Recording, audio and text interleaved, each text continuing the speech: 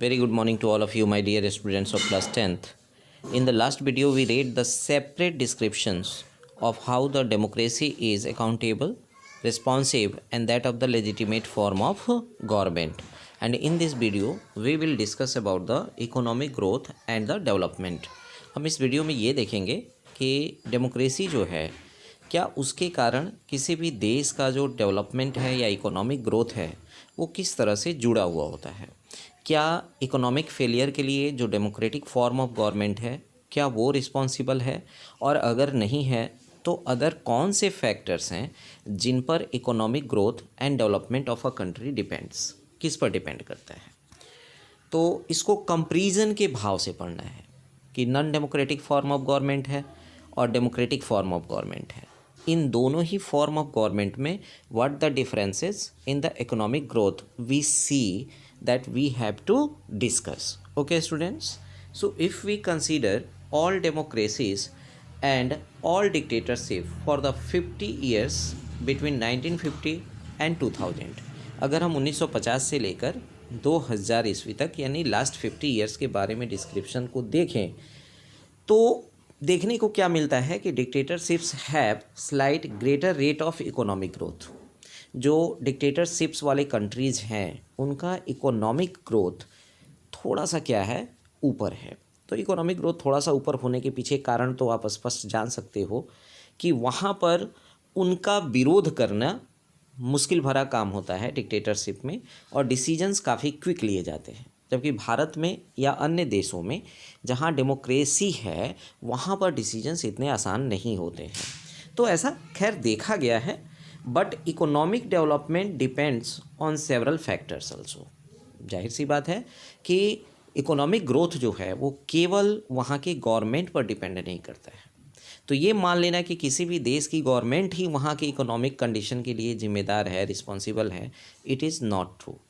Other some factors are also there as countries population size, उस देश का population size क्या है, ग्लोबल सिचुएशन क्या है, cooperation from the other countries, दूसरे देशों के साथ उस देश का क्या रिलेशन है ना, क्या एक्सपोर्ट और इंपोर्ट सिस्टम है, and economic priorities adopted by the country, और वह देश कौन कौन से इकोनॉमिक प्रायोरिटी को अडॉप्ट करता है, यानी किसको प्राथमिकता पहले दी जाती है उस देश में। तो ये सारे कुछ फैक्टर्स हैं जिन पर किसी भी देश का इकोनॉमिक ग्रोथ डिपेंड करता है, न कि वहाँ के फॉर्म ऑफ गवर्नमेंट पर।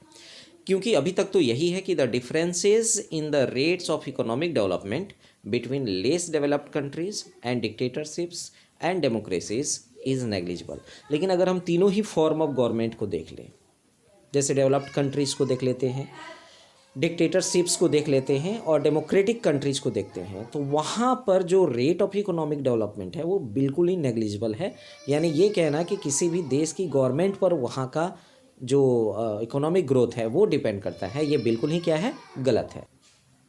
तो जहाँ तक फैक्टर्स की बात है, जो इकोनॉमिक ग्रोथ के फैक्टर्स होते हैं वो काफ़ी कुछ डिपेंड करते हैं पॉलिटिकल स्टेबिलिटी पर, यानी what are the factors of economic development, उसको देख लेते हैं। तो पॉलिटिकल स्टेबिलिटी पर डिपेंड करता है ना, मैक्रो इकोनॉमिक स्टेबिलिटी पर डिपेंड करता है। ये सब टर्म्स हैं जो रिलेटेड होते हैं इकोनॉमिक ग्रोथ से, है ना।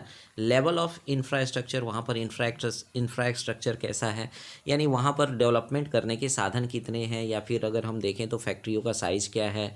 हमारे यहाँ तो रोड का इंफ्रास्ट्रक्चर इतना ख़राब है, तो फिर हम इकोनॉमिक डेवलपमेंट की कैसे बात कर सकते हैं। तो इंफ्रास्ट्रक्चर का जो लेवल है वो क्या है, नेचुरल रिसोर्सेज कितने हैं वहाँ पर, या फिर उसकी उपलब्धता है, यानी अवेलेबिलिटी जो है वो कितना परसेंटेज तक है, कोल, पेट्रोलियम, फॉरेस्ट, माइंस, ये कितने हैं वहाँ पर, मिनरल्स क्या है। एजुकेशनल स्टैंडर्ड क्या है, यानी हमारे यहाँ जो शिक्षा दी जा रही है वो कैसी है, किस तरह की है, किस तरह के वो हमारे यहाँ रोज़गार को उपलब्ध कराती है, इस पर भी डिपेंड करता है। Saving rates and foreign barriers to the trade, यानी यहाँ पर हम ये देखेंगे स्टूडेंट्स कि जो बैरियर ऑफ ट्रेड्स है, यानी हमारे यहाँ जो व्यापार होने वाला होता है उसमें कौन कौन से ऐसी बाधाएं हैं, कौन कौन से ऐसे बैरियर्स हैं जिन पर हमारे यहाँ का इकोनॉमिक ग्रोथ डिपेंड करता है। तो these are some factors on which the economic development of a country depends, nor on the type of government that is there on that government. In that country. Okay students, so ये चीज़ समझ गए आपके factors of economic growth होते क्या हैं और कौन कौन से इसके फैक्टर्स हैं।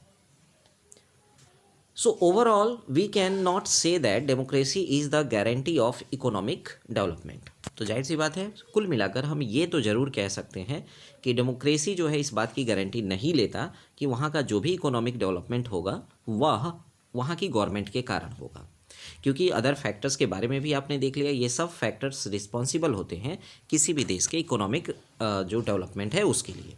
But we can expect democracy not to lag behind dictatorships in this respect. लेकिन हाँ, इतनी अपेक्षा तो हम जरूर रख सकते हैं अपने यहाँ के डेमोक्रेसी से कि कम से कम डिक्टेटरशिप्स वाले जो कंट्रीज़ हैं वहाँ से तो वो पीछे ना रहे, अन्यथा फिर डेमोक्रेसी और डिक्टेटरशिप में एक बहुत बड़ा गैप आ जाएगा।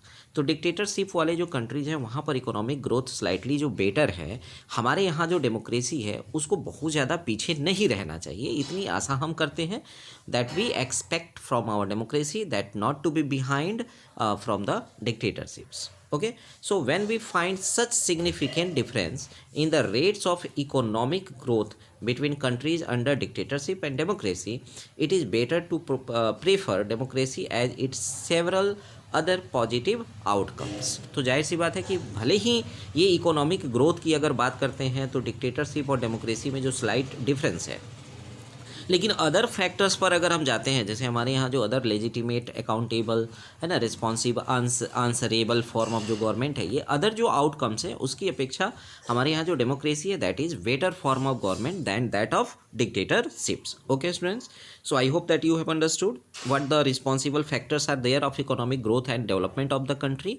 The democracy or the form of government that is there is not only responsible for the economic growth. Okay, thank you.